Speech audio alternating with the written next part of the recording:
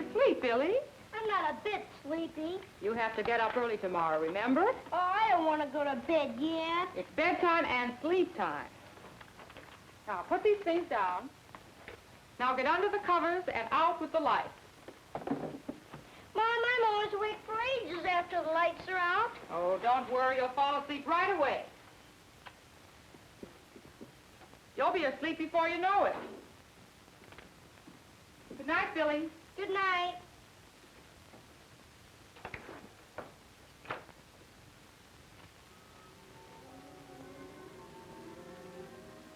Billy's mother didn't know the real reason why he didn't want to go to bed.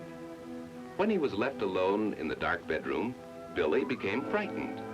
He didn't understand about fear, that fear is a natural thing and nothing to be ashamed of, and that there's a way to go about getting over some fears.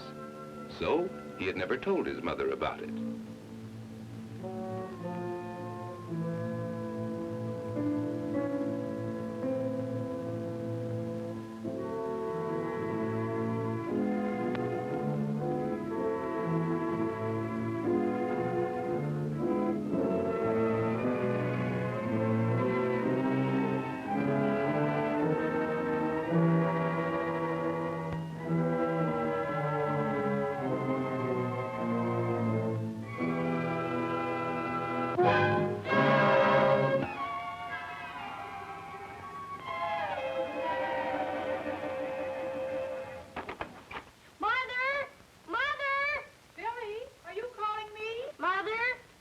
What is it, Billy? Why aren't you in bed?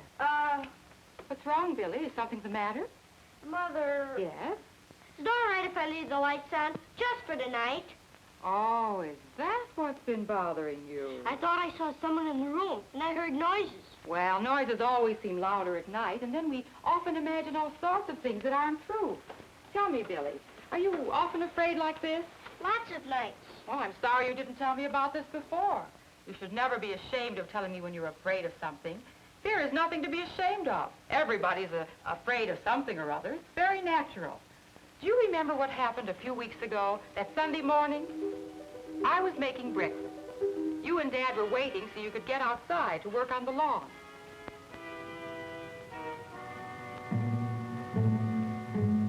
Do you remember how the bacon fat poured over the stove and caught fire? I was terribly frightened.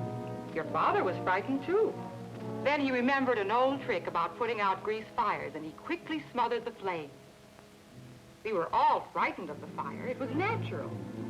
Being afraid was nature's way of warning us that the fire was dangerous and might harm us. That's what fear is, a warning of danger. Sometimes we're afraid of big things, and sometimes we're afraid of very little ones. But you shouldn't be ashamed of being afraid of something dangerous. No matter whether it's big or little, being afraid is nature's way of reminding us that we should do something to avoid the danger, to avoid being harmed. Do you remember the time you threw the ball onto the ledge at school?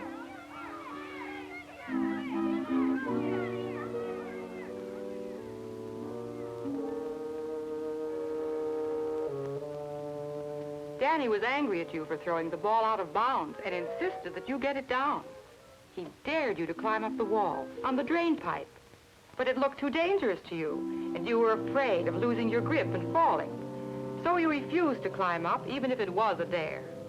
And the janitor got the ball for you.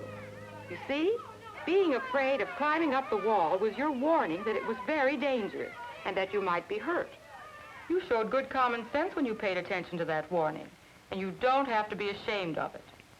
Being afraid was nature's way of getting you to avoid something dangerous. But now there's something else about fear that I don't think you quite understand, Billy. What's that? Well, sometimes when you become afraid, there isn't anything that's really dangerous. Sometimes you think things are dangerous when they're not. Sometimes you and most other people grow afraid even when they know there's nothing dangerous. Can you think of anything like that, Billy? I know. Kathy Lewis used to be afraid of dogs, even when they were friendly.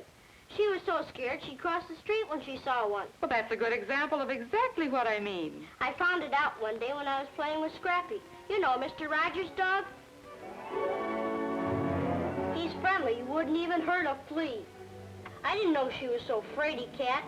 I called her to come over, but she wouldn't do it. She wouldn't come back even when I told her the dog wouldn't hurt her. She didn't have to be afraid of the dog. It wouldn't have hurt her. Isn't that what you mean, Mom? That's just what I mean. And do you remember how afraid Keith Hogan was about learning to swim? That's right. He was scared to go near the water. Yes.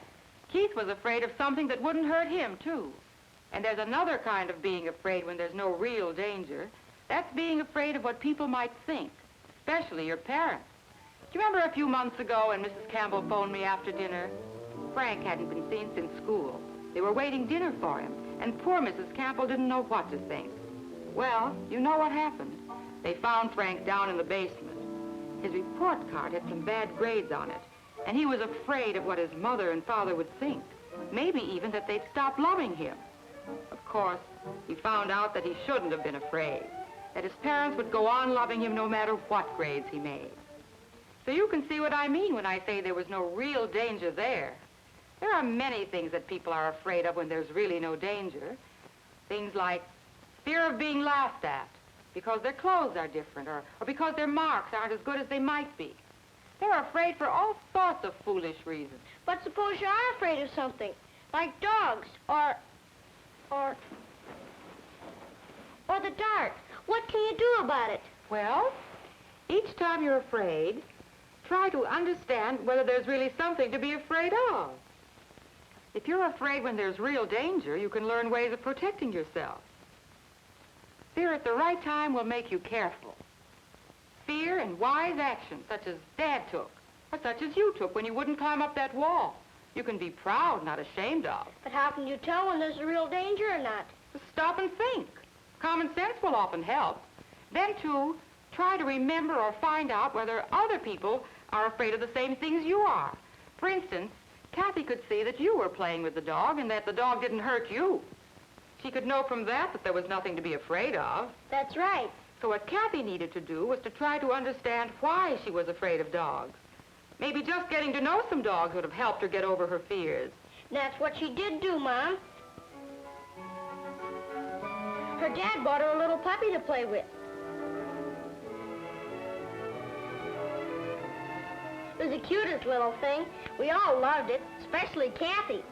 That was last summer. The dog's big now. Kathy took good care of him. He got to know dogs so well that she isn't a bit afraid of them anymore. I guess that's what you mean by getting to know and understand the thing you're afraid of. Yes.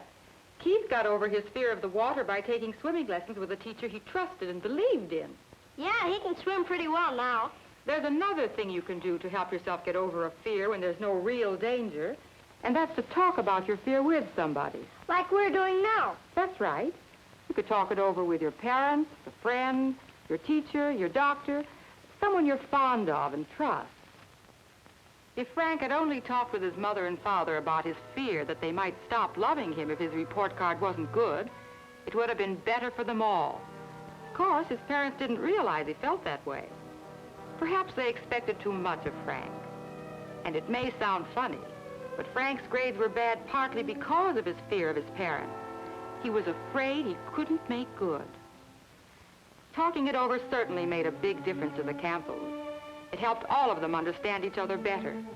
As they talked over his work and work habits and what they expected of him, Frank got over his fear of making poor grades and of not doing well enough to please his father and mother.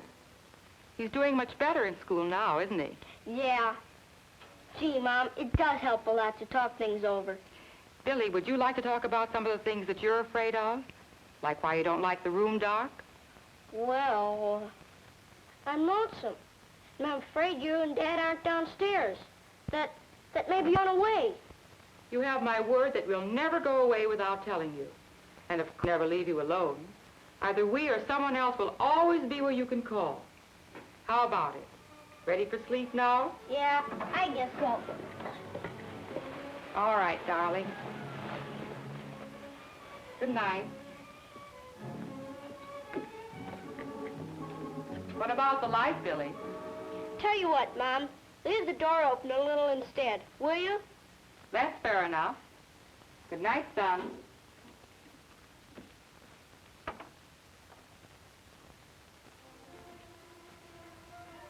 Do you think Billy will feel as alone as he did before? Do you think he'll stay awake as long as he used to? Does knowing that others are afraid of real dangers make it easier for Billy to stop worrying about his own fears?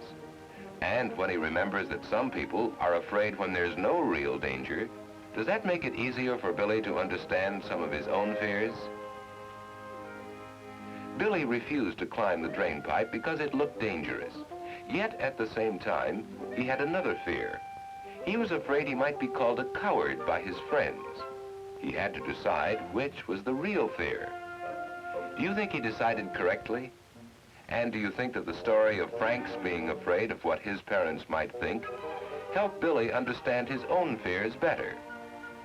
Did it help Billy to talk over his fears with his mother? What do you think?